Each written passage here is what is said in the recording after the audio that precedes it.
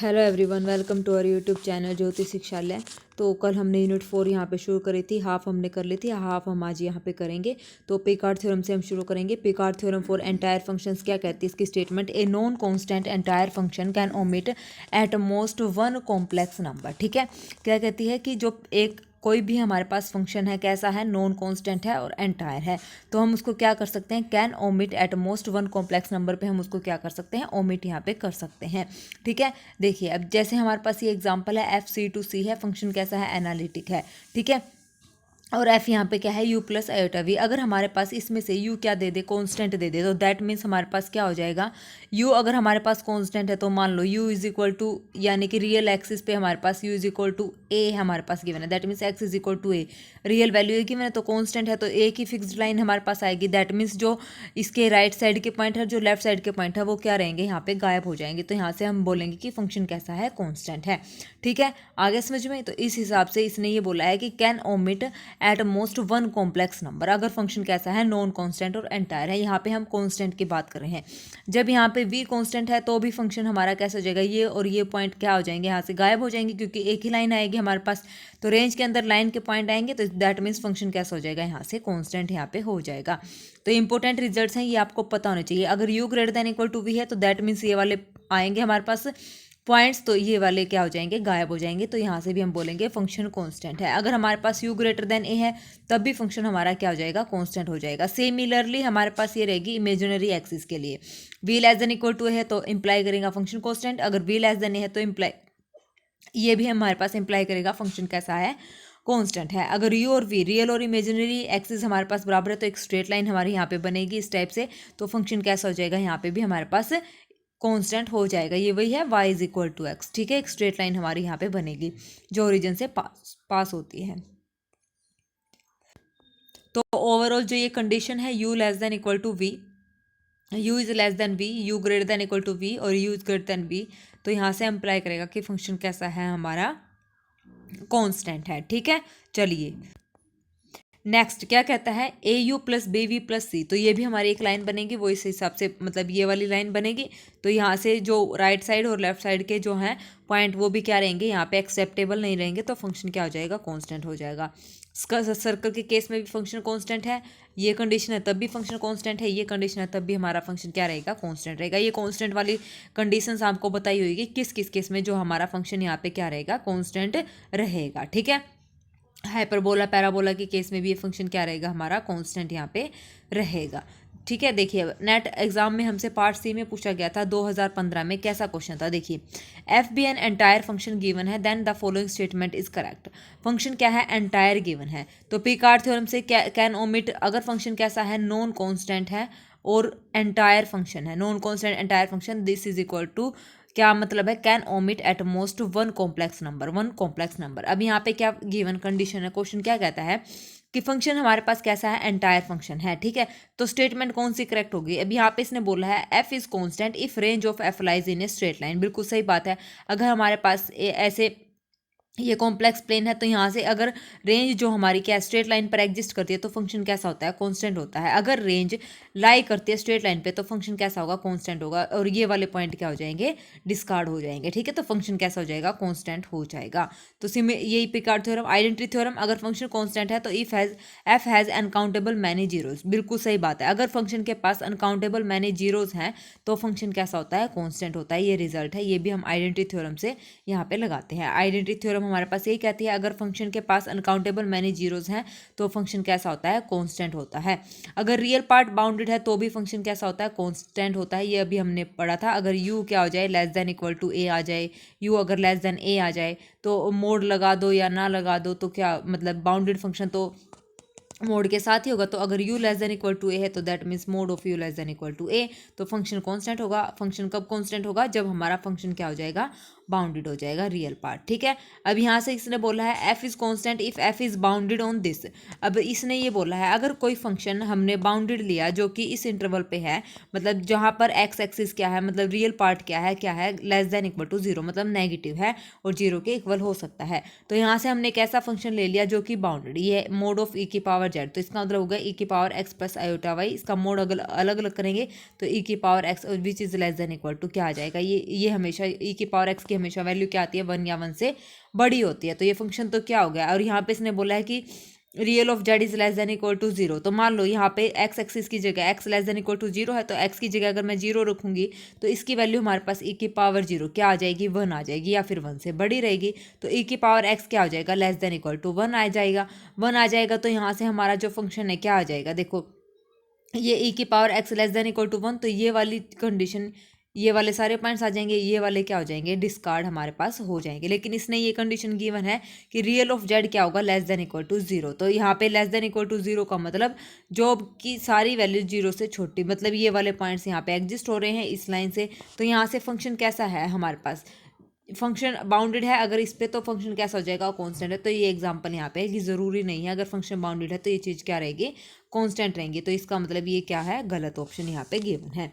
ठीक है, आ गया समझ में चारों ऑप्शन आपको अच्छे से। फिर भी कोई भी किसी भी क्वेश्चन में अगर आपको कोई भी ऑप्शन में डाउट लगे तो आप भेज दीजिए कि यहाँ पे पूछ सकते हैं।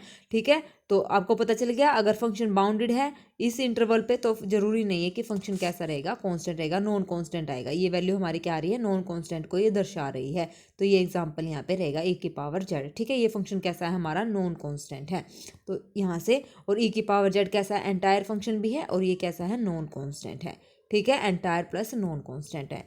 ठीक है, तो फोर्थ ऑप्शन हमारा यहाँ पे क्या हो जाएगा गलत हो जाएगा। नेक्स्ट गेट में पूछा था let D be the unit open disc in C and f C to D is analytic such that this then इसकी वैल्यू एफ ऑफ 10%। अब यहाँ पे देखिए डी हमारे पास कैसी है यूनिट ओपन डिस्क है, कॉम्प्लेक्स प्लेन में है और फंक्शन कैसा है हमारे पास एनालिटिक है। अगर फंक्शन की वैल्यू इस पे 1/2 है तो इस पे भी क्या रहेगी क्योंकि फंक्शन क्या हो जाएगा कांस्टेंट हो जाएगा। तो वही बात है ना, एफ ऑफ 10 पे वैल्यू क्या है 1/2 और फंक्शन यूनिट ओपन डिस्क पे डिफाइन है और कैसा है एनालिटिक है। तो फंक्शन कैसा होता है कांस्टेंट हमारा होता है। तो इसकी वैल्यू भी हमारी क्या रहेगी 1/2 रहेगी। तो सी ऑप्शन हमारे यहाँ पे क्या आ जाएगा करेक्ट हो जाएगा। फंक्शन यहाँ से इंप्लाई करेगा this implies F is constant. ठीक है, यहाँ से क्या निकलेगा इंप्लाई कि फंक्शन कैसा है कांस्टेंट है। तो यहाँ पे हमारा आंसर आ जाएगा सी। ठीक है, चलिए next question let f C to C be an entire function and suppose that F Z is equal to u plus iota v this real and imaginary part of f then f is constant. If function कब constant होगा ये भी हमने पढ़ा है, अगर u bounded है v bounded है, यू और वी दोनों का सम बाउंडेड है और स्क्वायर बाउंडेड है तो फंक्शन इन कंडीशंस पे क्या होता है हमारे पास कांस्टेंट होता है। अभी सारी चीज़ें हम यहाँ पे पढ़ के आए हैं बाय पिकार्ड थ्योरम्स। ठीक है, बाय पिकार्ड थ्योरम से हम इसको करा है। ठीक है, नेक्स्ट हमारे पास है let F be a non constant entire function. अब यहाँ पे बात हो रही है नॉन कांस्टेंट की और एंटायर फंक्शन की।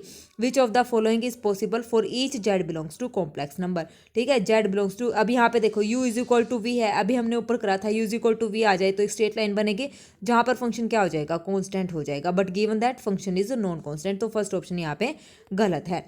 सेकंड फंक्शन कैसा है यहाँ पे बाउंडेड है तो फंक्शन कैसा होता है कांस्टेंट होता है, तो ये भी हमारा गलत हो जाएगा। थर्ड हमारा इमेजिनरी पार्ट अगर लेस देन 0 है तो ये भी हमारे क्या कंडीशन को दर्शाता है कि फंक्शन, क्योंकि अभी हमने पढ़ा था अगर v लेस देन a है तो इसका मतलब less than equal to a है या लेस देन a है तो फंक्शन कैसा है कांस्टेंट है। तो यहाँ पे a की जगह क्या गिवन है 0 गिवन है यहाँ पे, तो इसका मतलब फंक्शन कैसा है कांस्टेंट। तो थर्ड भी हमारा गलत हो जाएगा given that function is non constant. अब यहाँ पे इसने बोला है कि f Z is not equal to 0, तो इसके लिए एग्जाम्पल हमारा है e की पावर जेड, ये कभी भी 0 नहीं होता। तो यानी कि मतलब ये जो फंक्शन है कैसा है एफ जेड क्या होगा नॉट इक्वल टू 0। तो फोर्थ ऑप्शन हमारा यहाँ पे क्या हो जाएगा करेक्ट हो जाएगा क्योंकि फंक्शन कैसा है नॉन कांस्टेंट और एंटायर फंक्शन है। तो ये इस कंडीशन को सेटिस्फाई करता है कि जो हमारे पास एफ जेड है वो कैसा होगा नॉट इक्वल टू 0, एग्जाम्पल के लिए e की पावर जेड। ठीक है, नेक्स्ट हमारे पास है मोरेरा थ्योरम। मोरेरा थ्योरम हमारे पास क्या कहती है let F be a continuous on a domain D and integration f z d z is equal to 0 for any close contour C in D then f is analytic in D. क्या कहती है Moreira theorem, F कोई भी हमारे पास continuous function है किसी भी domain D पर और उसका इंटीग्रेशन क्लोज्ड कंटूर पर क्या है 0 है for any closed contour C in D. तो इस यहाँ से हम क्या कंक्लूजन निकालेंगे कि फंक्शन कैसा होगा हमारे पास एनालिटिक होगा। ठीक है, function is analytic in D. Next हमारे पास है Cauchy inequality. If F is analytic inside and on to this interval mod of Z minus Z naught is equal to R. यानी कि सर्कल है, circle में centre हमारा Z note है, radius हमारी क्या है आर है, फंक्शन कैसा है एनालिटिक है और बाउंडेड बाय एम, एम से क्या है बाउंडेड है तो ऑन बाउंड्री। तो then F N Z naught is less than equal to क्या आ जाएगा M N factorial divided by R की power N. Then mod of F N Z, ये कोची इक्वालिटी है ये आपको याद रखनी है। Mod of N Z naught, मतलब जेड नोट पे एफ का nth डेरिवेटिव क्या होगा, less than equal to m into में n factorial divided by are N. R यहाँ पे क्या है, z minus Z naught is equal to R, यहाँ पे रेडियस रहेगी हमारी।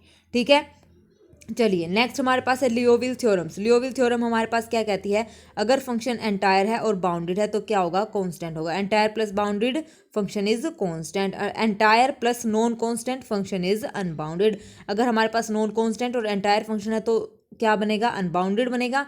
अगर हमारे पास फंक्शन एंटायर है और बाउंडेड है तो फंक्शन कैसा बनेगा, यहाँ पे कांस्टेंट हमारा बनेगा।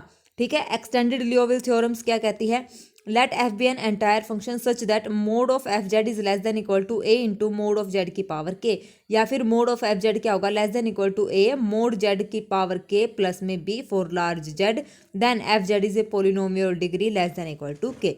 ठीक है, क्या बोला, एक्सटेंडेड लियोविल थ्योरम क्या कह रही है हमें, अगर फंक्शन हमारे पास एंटायर है सच दैट, तो वहाँ पे मोड ऑफ एफ जेड क्या होगा, less than equal to a into में मोड ऑफ जेड की पावर के, या फिर हम क्या कर देंगे, प्लस में बी और कर देंगे फॉर लार्ज जेड। ठीक है, तो फंक्शन हमारे पास पोलिनोमियल इज ए पोलिनोमियल, मतलब फंक्शन जो है हमारे पास पोलिनोमियल बनेगा जिसकी डिग्री के और के से क्या रहेगी, छोटी रहेगी। ये हमारी एक्सटेंडेड लियोविल थ्योरम कहती है। नेक्स्ट हमारे पास है इंपॉर्टेंट रिजल्ट्स, क्या कहते हैं, non constant entire function must have singularity at Z is equal to infinity. अगर हमारे पास कोई फंक्शन नॉन कांस्टेंट है और एंटायर फंक्शन है तो उसके पास सिंगुलैरिटी होगी z is equal to infinity. ठीक है, अब यहाँ से आप रिलेट करके देखो, एंटायर और नॉन कांस्टेंट फंक्शन कैसा है, अनबाउंडेड। अनबाउंडेड है तो इसके पास सिंगुलैरिटी, अनबाउंडेड फंक्शन के पास सिंगुलैरिटी कैसे होती है, मतलब वो इन्फिनिटी की तरफ टेंड करता है, तो इसका मतलब सिंगुलैरिटी क्या होगी, z is equal to infinity होगी। तो non constant plus entire function is unbounded, that mean singularity is z is equal to infinity. अब इसका प्रूफ हम देखेंगे, देखो, let if possible f is analytic at Z is equal to infinity. हमने मान लिया कि फंक्शन एनालिटिक है z is equal to infinity पे, तो दिस इंप्लाइज फंक्शन कैसा होगा, बाउंडेड होगा in some neighbourhood of Z is equal to infinity.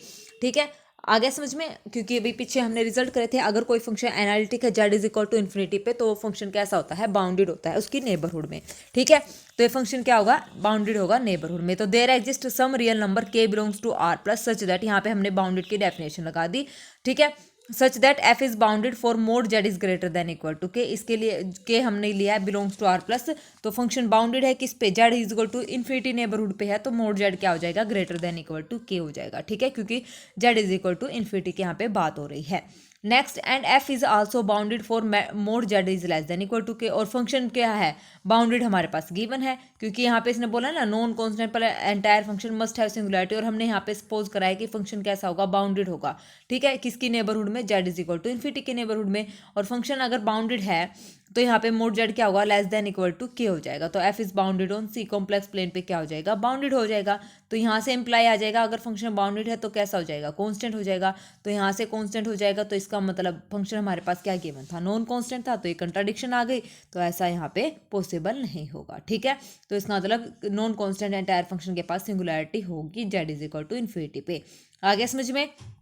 Next second result हमारे पास क्या कहता है, non constant entire function can not have removable singularity, मतलब नॉन कांस्टेंट एंटायर फंक्शन के पास सिंगुलैरिटी होगी लेकिन z is equal to infinity पे होगी, रिमूवेबल सिंगुलैरिटी उसके पास नहीं होगी। हमने मान लिया उसके पास रिमूवेबल सिंगुलैरिटी है, z is equal to infinity पे रिमूवेबल सिंगुलैरिटी है, तो this implies function is bounded, इसकी नेबरहुड में क्या होगा, बाउंडेड होगा। तो there exist some k belongs to R plus such that F is bounded for mod Z is greater than equal to k, तो f is also bounded, mod Z क्या हो जाएगा, less than equal to k, function क्या हो जाएगा वापस से constant, तो ये क्या हो जाएगा, गलत कंट्राडिक्शन हमारी आ जाएगी। ठीक है, थर्ड रिजल्ट हमारे पास क्या कहता है, entire function F has pole at Z is equal to infinity. Entire function के पास अगर पोल है इन्फिनिटी ऑर्डर का, जिसका ऑर्डर क्या है, एम है, इन्फिनिटी पर पोल है, तो if and only if F is a polynomial of degree m. ठीक है, पोलिनोमियल है डिग्री एम का, तो उसके पास हमारे पास एम ऑर्डर का पोल होगा। अगर एम ऑर्डर का पोल है तो उसके पास डिग्री होगी कितनी, एम ऑर्डर की। ठीक है, यहाँ से ये कहना चाहता है, ये सीधा डायरेक्ट आप रिजल्ट यहाँ पे याद रख सकते हैं, प्रूफ आपको देखना है तो आप कर सकते हैं, कोई इतना ज़रूरी नहीं है। ठीक है, चलिए नेक्स्ट हमारे पास है entire function has essential singularity, entire function के पास एसेंशियल सिंगुलैरिटी होगी at Z is equal to infinity if and only if F is a non polynomial entire function. तो यहाँ इस केस में हमारे पास जो फंक्शन बनेगा नॉन पोलिनोमियल बनेगा, नॉन पोलिनोमियल बनेगा तो उसके पास एसेंशियल सिंगुलैरिटी है, एसेंशियल सिंगुलैरिटी अगर उसके पास है तो फंक्शन कैसा है, नॉन पोलिनोमियल है। ठीक है, और ये पोलिनोमियल कब बनेगा, अभी हमने पढ़ा था पोल है तो जब वो क्या बनेगा, पोलिनोमियल बन जाएगा। अब कंक्लूजन, ओवरऑल कंक्लूजन हमारा यहाँ पे क्या निकलता है, देखिए यहाँ पे ये कुछ एग्जांपल यहाँ पे दिए हैं, sine z, cos z, e की पावर जेड, ई की पावर साइन जेड, ये एंटायर है और कैसे फंक्शन है, नॉन पोलिनोमियल है, z is equal to infinity पर, यानी कि एसेंशियल सिंगुलैरिटीज हैं इनके पास। और z cube at Z is equal to infinity पर ऑर्डर क्या बनेगा इसका, 3 ऑर्डर का ये पोलिनोमियल बन जाएगा क्योंकि इसके पास इन्फिनिटी पर क्या है, पोल आ रहा है। ठीक है, और ये इन्फिनिटी और z is equal to infinity पे इसके पास भी पोल है तो ये 50 ऑर्डर का क्या बन जाएगा, पोलिनोमियल बन जाएगा। दोनों के लिए हमारे पास ये एग्जाम्पल्स थे। नेक्स्ट हमारे पास है एंटायर फंक्शन। अब देखिए अगर फंक्शन एंटायर है तो इफ एंड ओनली इफ की कंडीशन चलेगी, Z is equal to infinity पे फंक्शन एनालिटिक होगा और दिस इंप्लाइज कांस्टेंट होगा। If and only function entire है तो Z is equal to infinity पे रिमूवल सिंगुलैरिटी अगर है तो फंक्शन कांस्टेंट है। If and only if Z is equal to infinity पे अगर पोल है ऑर्डर एम का तो इफ एंड ओनली इफ की कंडीशन रहेगी, पोलिनोमियल बनेगा एम डिग्री का या उससे छोटी डिग्री का। इफ एंड ओनली इफ अगर एसेंशियल सिंगुलैरिटी है तो नॉन पोलिनोमियल एंटायर फंक्शन। अब इनको कंबाइन करके आप लिख देंगे तो क्या बनेगा, limit Z is approaches to infinity F Z is equal to finite if and only if F Z is constant, infinity if and only if F Z is polynomial, does not exist if and only if F Z is, क्या हो जाएगा यहाँ से, if and only if F Z is non polynomial entire function. ठीक है, आगे समझ में, तीनों कंडीशंस को कंबाइन करके यहाँ पे लिख दिया है। ठीक है, ओवरऑल रिजल्ट हमारा यहाँ पे निकल गया। नेक्स्ट हमारे पास है a function F is meromorphic if it is analytic in throughout a domain D except possibly for poles in D, example this. तो इसकी एक्चुअल डेफिनेशन हमारे पास ये है, देखिए मैरोमोर्फिक फंक्शन हमारे पास क्या होता है, अगर किसी फंक्शन के पास क्या है, सिंगुलैरिटी है और वो सिंगुलैरिटी कैसी है, सिर्फ पोल है। सिंगुलैरिटी तो है फंक्शन के पास लेकिन वो सिंगुलैरिटी कैसी होनी चाहिए, पोल होनी चाहिए। पोल के अलावा कोई और सिंगुलैरिटी नहीं होनी चाहिए, जैसे रिमूवेबल, एसेंशियली ये सिंगुलैरिटी नहीं होनी चाहिए, ओनली पोल होना चाहिए। अगर पोल वाली सिंगुलैरिटी है इसके पास तो वो फंक्शन कैसा हो जाएगा, मैरोमोर्फिक हो जाएगा। अब ये डेफिनेशन है, a complex function F is set to be meromorphic if only singularities of F are क्या है, पोल्स। ओनली सिंगुलैरिटी क्या होंगी, एफ आर पोल्स।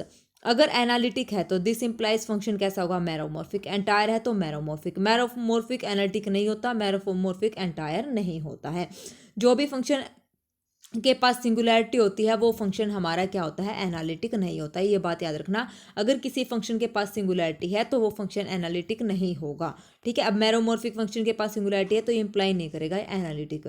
ना ही एनालिटिक फंक्शन क्या होता है, अगर कोई फंक्शन एनालिटिक का पूरे कॉम्प्लेक्स प्लेन पे तो फंक्शन एंटायर होता है। तो यहाँ से ये कंक्लूजन में निकला है कि मैरोमोर्फिक जो है एंटायर को भी इंप्लाई नहीं करता, लेकिन ये दोनों क्या करेंगे, मैरोमोर्फिक को इंप्लाई करेंगे। ठीक है, आगे समझिए मैरोमोर्फिक क्या होता है। अब यहाँ पे देखिए F Z is equal to Z, Z कैसा फंक्शन है, एंटायर फंक्शन है, और कैसा फंक्शन है यहाँ पे, मैरोमोर्फिक फंक्शन है। मैरोमोर्फिक कैसे है, क्योंकि Z is equal to infinity की बात करें तो Z is equal to infinity पे इसका क्या बन रहा है, 1 डिग्री का पोल यहाँ पे बन रहा है।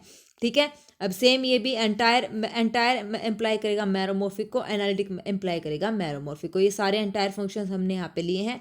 तो 1/z-1, 1 और 2 इसके पास क्या है, पोल्स हैं 1 ऑर्डर के, तो ये फंक्शन मैरोमोर्फिक है। साइन जेड भी हमारा कैसा फंक्शन है, मैरोमोर्फिक है, क्योंकि इसके पास भी पोल है। ठीक है, आगे समझ में, चलिए next, sum difference product and quotient of meromorphic function is again a meromorphic function. ठीक है, M is meromorphic in C infinity, यानी कि पूरे कॉम्प्लेक्स प्लेन पर, पूरे कहीं पर भी चले जाओ, हर एक कॉम्प्लेक्स प्लेन पर फंक्शन क्या है, मैरोमोर्फिक। तो यहाँ से ये इंप्लाई करेगा if and only if F is rational function. Function कैसा होगा हमारे पास, रैशनल होगा। Picard theorem for meromorphic function क्या कहती है, अब देखिए Picard theorem, a non constant meromorphic function on C can omit at most 2 point, 2 point पे। पिकार्ड थ्योरम सिंपल जो थी हमारे पास क्या था, उसमें तो can omit at most 1 point था, और मैरोमोर्फिक की क्या कहती है, 2 पॉइंट पे। ठीक है, non constant meromorphic function can omit at most 2 points. ठीक है, अब देखिए एग्जाम्पल, नेट 2016 में, let F and G be 2 entire function such that mod of F Z क्या है, less than equal to G Z for all Z prove that F is equal to C G. तो ये simple है, और यहाँ से हमें क्या प्रूव करना है कि एफ जी कैसे हैं, लीनियरली डिपेंडेंट है, लीनियरली इंडिपेंडेंट है। ये इस टाइप से एग्जांपल आए थे, तो यहाँ से ये कंक्लूजन निकलेगा कि फंक्शन एफ और जी कैसे हैं, हमारे पास लीनियरली डिपेंडेंट है। तो इस हिसाब से हमारे पास ये गिवन है, इसको मैं इसके अपोन में ले लेस देन इक्वल टू 1 हो गया। और एंटायर प्लस ये एंटायर फंक्शन भी है, गिवन है और बाउंडेड है। एंटायर प्लस बाउंडेड हमारे पास क्या होता है, कांस्टेंट होता है, ये भी लियोविल थ्योरम से हमने पढ़ा था। तो दिस इज इक्वल टू सी, तो f is equal to C G. तो फंक्शन कैसा होगा, लीनियरली डिपेंडेंट हो गया, लीनियर कॉम्बिनेशन में हमने लिख दिया है। ठीक है, नेक्स्ट हमारे पास है let F be an entire function. F हमारे पास कोई एंटायर फंक्शन है such that mod of F Z is equal to mod of sine Z, prove that F Z is equal to C of sine Z. तो ये बात है, इसको हम इधर ले आए, लेस देन इक्वल टू 1। वही फंक्शन कैसा है, एंटायर गिवन है और बाउंडेड है, तो entire plus bounded constant function हो गया। तो F Z is equal to C sine Z हमारे पास हो गया है। ठीक है, नेक्स्ट क्वेश्चन हमारे पास क्या कहता है, F and G be two entire function such that real of F is less than equal to K times real of G, then prove that. ये हमें प्रूव करना। तो ये less than equal to this, इसको इधर ले आए minus में, लेस देन इक्वल टू 0 हो गया। यहाँ से हमने रियल पार्ट कॉमन ले लिया, तो एफ जेड माइनस के ऑफ जी जेड हो गया। तो ये इज इक्वल टू हमारे पास क्या हो गया, सी होगी, लेस देन इक्वल टू 0। अगर U is less than equal to A है, रियल पार्ट की अगर बात करें तो फंक्शन कैसा होता है, बाय पिकार्ड थ्योरम से फंक्शन कैसा हो जाएगा, कॉन्स्टेंट हो जाएगा। तो यहाँ से फंक्शन क्या आ जाएगा, कॉन्स्टेंट हो जाएगा, क्योंकि रियल पार्ट गिवन है, तो इक्वल टू सी। तो ये यहाँ से हमारा प्रूव हो गया पिकार्ड थ्योरम से। ठीक है, नेक्स्ट क्वेश्चन हमारे पास क्या कहता है, let F be an entire function such that F Z is equal to F of Z plus 1 and F Z is equal to Z plus iota, then function is constant function. Function कैसा है, constant function है, prove that function is constant function, ये हमें prove करना है। अब F Z is equal to F Z plus A और F Z is equal to F Z plus A iota, तो दोनों फंक्शन कैसे हैं, एंटायर फंक्शन है और कैसे हैं, बाउंडेड है। तो यहाँ से एंटायर प्लस बाउंडेड क्या हो जाएगा, कॉन्स्टेंट। बाउंडेड देखो, ये 0 से ए और ये 0 से ए आयोटा, तो ये इसी बाउंड्री के अंदर ही रहेंगे, इससे बाहर तो जाएंगे नहीं। तो ये एंटायर प्लस बाउंडेड क्या हो जाएंगे, कॉन्स्टेंट हमारे पास हो जाएंगे। ठीक है, चलिए नेक्स्ट, गेट में हमसे पूछा था let F be an entire function such that F dash Z is less than equal to mod of Z. वही एफ डैश जेड क्या हो जाएगा हमारे पास, F dash Z less than equal to mod of Z है।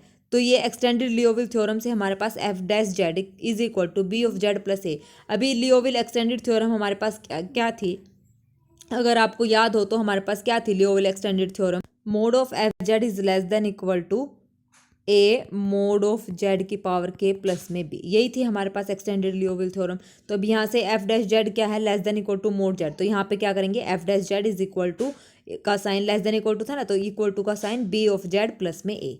ठीक है, अब यहाँ से हम क्या करेंगे, B dash F dash Z is equal to B Z, क्योंकि एफ डैश 0 हमारे पास क्या आ जाएगा, 0 आ जाएगा। यहाँ पे वैल्यू पुट करेंगे ना, तो एफ डैश 0 हमारे पास क्या हो जाएगा, इक्वल टू 0 आ जाएगा।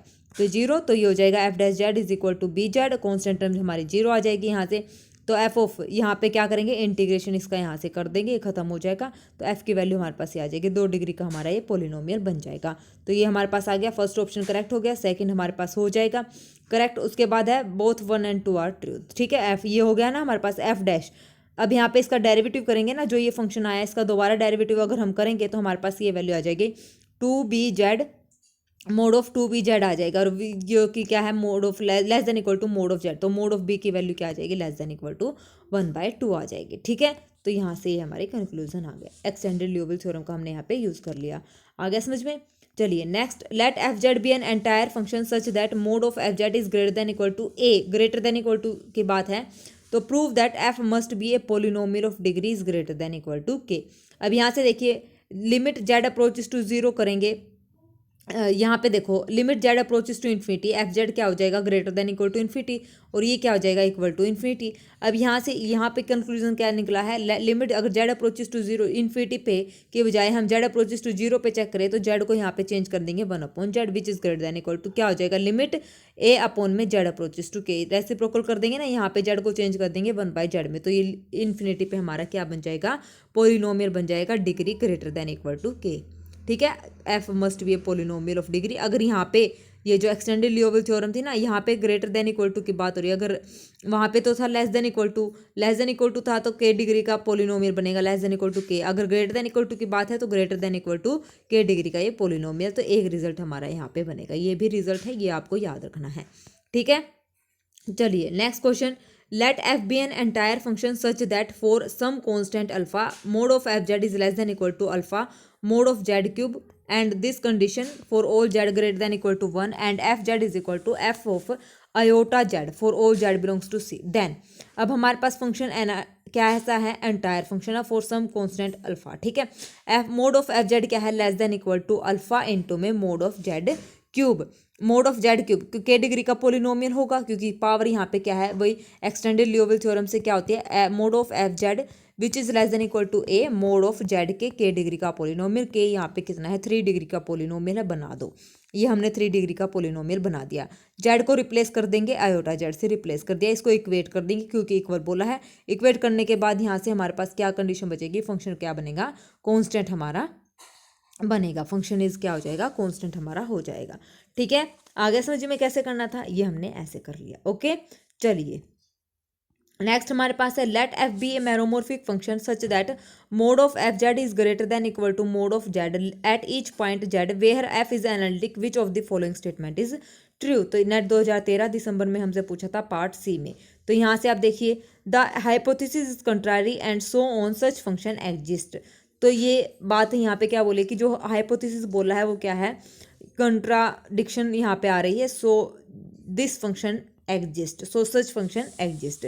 तो अभी एक रिजल्ट हमने पढ़ा था, अगर ऐसी कंडीशन है तो वहाँ पे हमारे पास क्या बनेगा, Z is approaches to infinity पे फंक्शन की वैल्यू क्या आ जाएगी, इन्फिनिटी आ जाएगी, और हमारे पास क्या बन जाएगा, वो एक पोलिनोमियल बन जाएगा। ठीक है, यहाँ पे 1 है तो greater than 1 equal to 1 degree का पोलिनोमियल बन जाएगा। तो फर्स्ट ऑप्शन गलत है, ये स्टेटमेंट गलत लिखी हुई है। There is a unique function satisfy given condition, ये भी गलत है, यूनिक फंक्शन हमारा नहीं बनेगा। फंक्शन कैसा बनेगा, एंटायर बनेगा, और यहाँ पे F Z is equal to A Z, वही बात है। एफ जेड यहाँ पे देखो, अब इसको सोल्व करो, mod of F Z greater than equal to mod Z है ना, mod of F Z which is greater than equal to mod Z है, तो mod of F Z upon में मोड जेड क्या हो जाएगा, ग्रेटर देन इक्वल टू 1। तो यहाँ से फंक्शन कैसा हो जाएगा, एफ जेड अपॉन में Z is greater than equal to 1, constant हो जाएगा। तो ये कॉन्स्टेंट हो गया, तो ये इसका मतलब ये, क्योंकि अभी हमने रिजल्ट पढ़े थे U greater than equal to A हो या less than equal to A, तो बाउंडेड हो तो फंक्शन कैसा होता है, कॉन्स्टेंट होता है। तो ये रिजल्ट हमने यहाँ पे लगाया, तो ये वैल्यू हमारी आ गई, एफ इज इक्वल टू हमारा यहाँ पे क्या हो गया, ए जेड हो गया। अब मोड लगाएंगे, mod of A Z which is greater than equal to mod of Z, तो यहाँ से mod of A mod of Z greater than equal to mod of Z, इससे ये कैंसिल, तो mod of A greater than equal to 1, तो ये value हमारी आ जाएगी। ठीक है, इजी क्वेश्चन है, रिजल्ट अगर समझ आते हैं तो बहुत ही आसान क्वेश्चन है हमारा। नेक्स्ट नेट 2016 पार्ट सी में हमसे पूछा था let A is equal to Z belongs to C such that mod of Z is greater than 1 and B Z belongs to C mod of Z is not equal to 0। Part C का question है then which of the following statement is are true. तो कौन सी statement इसमें यहाँ पे क्या रहेगी, true रहेगी। तो अब यहाँ से इसने बोला है, देखो ए पे हमारे पास क्या है, मोड जेड ग्रेटर देन 1 है, और बी पे हमारे पास mod Z is not equal to there is a continuous function onto a function from A to B. तो कॉन्टिन्यूस फंक्शन यहाँ पे क्या करेगा, एग्जिस्ट करेगा। बी हमारा ये बनेगा पूरा complete, mod Z not equal to 0 मतलब 0 यहाँ पे नहीं है, 0 यहाँ पे नहीं है, और ये बनेगा हमारा सर्कल बनेगा, आउटर सर्कल बनेगा। ठीक है, बाउंड्री इंक्लूड नहीं होगी।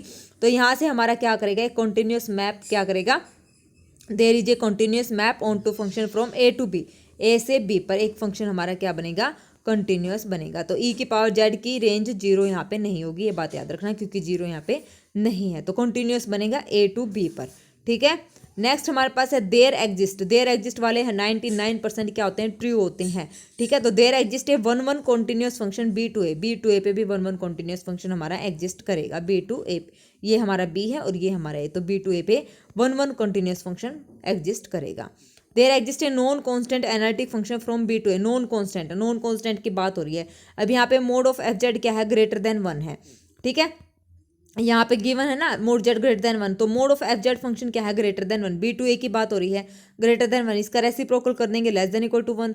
तो ये फंक्शन कैसा, बाउंडेड है, तो फंक्शन कैसा हो जाएगा, कांस्टेंट। तो फंक्शन कैसा होगा, कांस्टेंट। यहाँ पे बोला है देयर एग्जिस्ट है नॉन कांस्टेंट हमारा फंक्शन एग्जिस्ट नहीं करेगा, ये गलत है। ठीक है, नेक्स्ट हमारे पास है देयर एग्जिस्ट है non constant analytic function from A to B पे ये एग्जिस्ट करेगा नॉन कांस्टेंट, लेकिन बी टू ए पे नॉन कांस्टेंट फंक्शन हमारा एग्जिस्ट नहीं करेगा। बी टू ए पे ए की तरफ जाना है ना, तो ए वाली कंडीशन यहाँ पे सेटिस्फाई होनी चाहिए, लेकिन ए वाली कंडीशन में ये फंक्शन कैसा आ रहा है, कांस्टेंट आ रहा है, लेकिन ए टू बी पे फंक्शन कैसा रहेगा, नॉन कांस्टेंट, एग्जांपल ई की पावर जेड। ठीक है, ये हमारा हो गया। ओके, चलिए उसके बाद हमारे पास है नेक्स्ट, यहाँ पे देखते हैं अभी कितने क्वेश्चन रहते हैं, ये कुछ एक क्वेश्चन, अभी तो सारे क्वेश्चन नहीं चलेंगे प्रैक्टिस के लिए।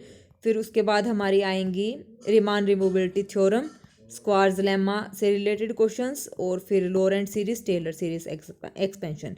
ठीक है, ये हमारा देखते हैं कितने क्वेश्चन रहते हैं। रिमान रियोल्टी थ्योरम तक ही करेंगे, आज तो मुश्किल है कंप्लीट हो पाए। चलिए फिर यहीं तक हम करेंगे, ठीक है। तो देखते हैं नेक्स्ट हमारे पास क्या है एग्जाम्पल, यहाँ पे क्या गिवन है, ये हमारा हो गया, ठीक है। नेक्स्ट हमारे पास है determine whether each of the following statement is true और फॉल्स, ठीक है। Justify your answer with A proof और कॉम्प्लेक्स एग्जाम्पल। यहाँ पे एग्जाम्पल देने हैं और ये बुक में से क्वेश्चंस उठाए गए हैं, पोनू सैमी की बुक है कॉम्प्लेक्स की, वहाँ से। तो an entire function having removal singularity at Z is equal to infinity is a constant, बिल्कुल अभी रिजल्ट हमने करा है। Next an entire function F has a pole of degree order N Z is equal to infinity if and only if, बिल्कुल सही बात है, true है। F Z has a pole Z naught then ई की power F Z has essential singularity, बिल्कुल सही बात है। अगर फंक्शन के पास जेड नोट पर पोल है तो देन ई की पावर एफ जेड पर वो क्या हो जाएगी, एसेंशियल सिंगुलरिटी बन जाएगी, ठीक है। नेक्स्ट हमारे पास है ट्रू है ये बात भी, फंक्शन नॉन कांस्टेंट है एंटायर है तो ई की पावर एफ जेड क्या हो जाएगा, एसेंशियल सिंगुलरिटी हो जाएगी at Z is equal to infinity पे, बिल्कुल सही है, ये भी ट्रू है। Next if A is an isolated singularity of F which is not removable then A is essential singularity of e की पावर एफ जेड, ये भी ठीक है। उसके बाद है let F be an entire transcendental function then a sequence Z N approaches to infinity and F of Z N approaches to zero approaches to infinity 500, ये सारी बातें यहाँ पे क्या हो जाएंगी, ट्रू हो जाएंगी, ठीक है। तो ये कुछ रिजल्ट्स हैं, ये ट्रू हैं, ये आपको याद रखने हैं। चलिए नेक्स्ट हमारे पास है every F belongs to H C minus zero such that F of mod of F Z is less than equal to mod of Z square plus में mod of Z minus of this for large A polynomial of degree 2, बिल्कुल सही बात है। कितने degree का polynomial बनेगा, 2 degree का, तो ये बात भी ट्रू है। उसके बाद है every this belongs to such that, ये है हमारे पास, तो यहाँ पे हमारे पास ये कंडीशन है mod of F Z is less than equal to A, इसको जेड मोड ऑफ जेड की पावर माइनस हाफ है ना, तो इसको मैंने अपोन में कर लिया, ये रूट बन जाएगा, ठीक है। तो ये एट मोस्ट 0 डिग्री का पोलिनोमियल बनेगा, तो यहाँ से फंक्शन कैसा हो जाएगा, कॉन्स्टेंट। 0 डिग्री का क्यों बनेगा, क्योंकि 1/2 डिग्री का पोलिनोमियल एग्जिस्ट ही नहीं करेगा, तो क्या बनेगा, 0 डिग्री का ही पोलिनोमियल, तो फंक्शन कैसा है, कॉन्स्टेंट, तो ये बात ट्रू है, ठीक है। एट मोस्ट 0 डिग्री की पोलिनोमियल यहाँ पे बनेगी, ठीक है। नेक्स्ट ये ट्रू फॉल्स हमें बताना है, the meromorphic function cot Z never assume iota and minus iota, कभी भी कोड जेड जो है आयोटा और माइनस आयोटा की वैल्यू एज्यूम नहीं करेगा, तो ये बात हमारी क्या है, तो ये बात ट्रू है। कोड जेड को मैंने ले लिया प्लस माइनस आयोटा, तो यहाँ से इसको सिंप्लीफाई करेंगे तो ये कंडीशन हमारी आ जाएगी, लेकिन ये तो किसके इक्वल होती है, 1 के इक्वल होती है, तो क्या हो जाएगी, कंट्राडिक्शन आ जाएगी, ठीक है। मैंने यहाँ पे एज्यूम करके चली हूँ कि वैल्यू ले रहा है, तो कंट्राडिक्शन आ गई कि ऐसा नहीं है, तो ये बात हमारी क्या है, ट्रू है, ठीक है। नेक्स्ट द मैरोमॉर्फिक फंक्शन ई की पावर दिस नेवर एज्यूम 0, मैंने ले लिया ये 0 के इक्वल है, तो नॉट पॉसिबल बिकॉज ई की पावर एटा जेड कभी भी नॉट इक्वल टू 0, मतलब ई की पावर एटा जेड कभी भी 0 के इक्वल नहीं बनेगा, ठीक है। तो यहाँ से इसको सिंप्लीफाई करेंगे तो ये नॉट पॉसिबल हो जाएगी, कंट्राडिक्शन आ जाएगी, तो यहाँ से हमारा क्या आ जाएगी, ये जो स्टेटमेंट है ये हमारी क्या हो जाएगी, ट्रू हो जाएगी, नेवर एज्यूम, ठीक है। तो ये कब यहाँ पे हो जाएगा, सी माइनस 0 पे ये वैल्यू एज्यूम नहीं करेगा, ठीक है। नेक्स्ट हमारे पास है if F and G are 2 entire function such that this is equal to 1 then F and G are constant, ठीक है। इज इक्वल टू 1 के इक्वल गिवन है हमारे पास, this implies e F and e G are bounded हो जाएंगे, ठीक है। इनका सम जो है बाउंडेड है, अगर एक भी अनबाउंडेड हो गया तो भी ये बाउंडेड हो जाएगा। देखो इन दोनों का सम क्या है, बाउंडेड गिवन है, लेकिन अगर इसमें से मान लो एक अनबाउंडेड हो गया तो भी सम तो बाउंडेड ही रहेगा ना, 1 के इक्वल गिवन है, ठीक है ना। ये बात यहाँ पे रीजन लिखा है, तो ये फंक्शन कैसा रहेगा हमारे पास, ई एफ और ये क्या रहेंगे, बाउंडेड हमारे पास रहेंगे। बाउंडेड है तो कांस्टेंट है, तो इसका मतलब ये भी कांस्टेंट के इक्वल है और ये भी हमारा क्या आ जाएगा, कांस्टेंट के इक्वल, तो एफ और जी कैसे हो जाएंगे, हमारे कांस्टेंट हो जाएंगे, ठीक है। नेक्स्ट हमारे पास है the function F Z is equal to this has a simple pole at Z is equal to 2k pi iota and essential singularity at Z is equal to 1।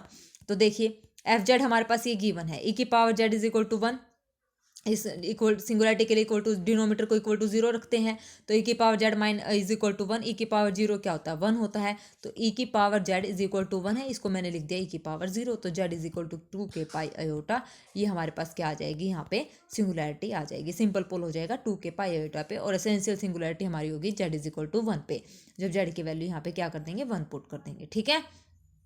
और 1 पुट कब करनी है, ई की power Z की हमें क्या करनी है, एक्सपेंशन यहाँ पे ओपन करके, ठीक है। तो वो एसेंशियल सिंगुलरिटी होती है जहाँ पे लिमिट एग्जिस्ट नहीं करती, ना तो फाइनाइट करती है और ना ही इनफाइनाइट यहाँ पे करती है, ठीक है। Next question find constant C such that F Z is equal to this can be extended to an analytic at Z is equal to 1 पे हम इसको क्या कर सकते हैं, एक्सटेंड कर सकते हैं। Remove singularity limit Z approaches to 1 पे रिमूवल सिंगुलरिटी बन जाएगी z-1 इंटू एफ जेड, तो z-1 से इसकी मल्टीप्लाई कर देंगे तो कैंसिल आउट हो जाएगा और ये हमारे पास बचेगा, ये हमारे पास बचेगा इक्वल टू 0। तो लिमिट जेड अप्रोचेस टू 1, तो यहाँ से क्या करेंगे, इसको ओपन कर लेंगे, ठीक है। ओपन करने के बाद हमारे पास ये आ जाएगी वैल्यू प्लस में c इज इक्वल टू 0, तो यहाँ से इसका फॉर्मूला लगा देंगे, फॉर्मूला लगा के हमारे पास c की वैल्यू यहाँ से निकल जाएगी, यही हमें निकालना था, ठीक है। आगे समझ में, find a constant C. Next F U plus में iota V is entire function real of F is, ये फंक्शन बाय पिकार्ड थ्योरम से क्या हो जाएगा, कांस्टेंट हो जाएगा, ठीक है, true by Picard theorem. Next function is entire and e की power F is bounded then function is constant, बिल्कुल ट्रू बात है। अगर फंक्शन एंटायर है, ये ई की पावर एफ बाउंडेड है, तो फंक्शन कैसा है, कांस्टेंट है, ठीक है। नेक्स्ट हमारे पास if F is entire and e की power iota F is bounded then function is constant, ये भी बात ट्रू है। आयोटा एफ को हम कैसे लिख सकते हैं, ई की पावर आयोटा यू प्लस में आयोटा वी, इसको ओपन करेंगे, ठीक है। ओपन करने के बाद ई की पावर माइनस वी, और ये वी कैसा है, bounded, this implies V is bounded, तो फंक्शन इज कांस्टेंट, ठीक है। आगे समझ में, इंपॉर्टेंट क्वेश्चंस थे आज के सारे। जो भी आपको नहीं समझ आते हैं, कोई भी अगर आपको ऑप्शन ना समझ आया, किसी के एक्सप्लेनेशन भी अगर आपको किसी भी ऑप्शन की नहीं समझ आती है, तो आप वो क्वेश्चन मार्क करके बता सकते हैं, ऑप्शन भी बता सकते हैं, first second third fourth 4 option है ना, चारों में से अगर कोई भी ना समझ आता है तो वो बता सकते हैं, वो नेक्स्ट वीडियो में हम आपको डिस्कस कर लेंगे, ठीक है, आपको बता देंगे, ठीक है। आज फिर हम बस इतना ही रखते हैं, आज तो ये कंप्लीट नहीं हो पाएगा, तो कल ये कंप्लीट हो जाएगा, ठीक है। रेमान रिमूवेबिलिटी थ्योरम, फिर स्क्वायर्स लेमा, और एक दो जो छोटी मोटी थ्योरम है वो टेलर लोरेंट, फिर कंप्लीट ही हो जाएगा, ठीक है। तो कल हम लेमान रिमूवेबिलिटी थ्योरम से यहाँ पे शुरू करेंगे, ओके। तो आज के लिए बस इतना ही, thank you very much, have a nice day.